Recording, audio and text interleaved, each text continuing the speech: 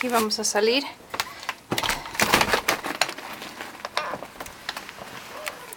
La verdad que ni siquiera tengo mucho como abrir la puerta. Todas estas montañas de la puerta hasta allá. Tengo que ver cómo salir. Y tenemos que llevar al perro al kennel. Hay que limpiar esto para poder sacar al perro. Ni siquiera hacemos eso para nuestros autos. Miren.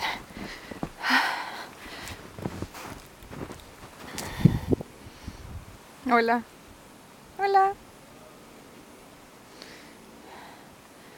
Vamos a caminar. Oh my. Miren.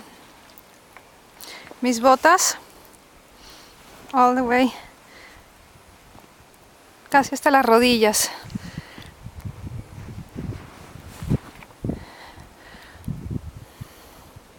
Bueno, se ve hermoso.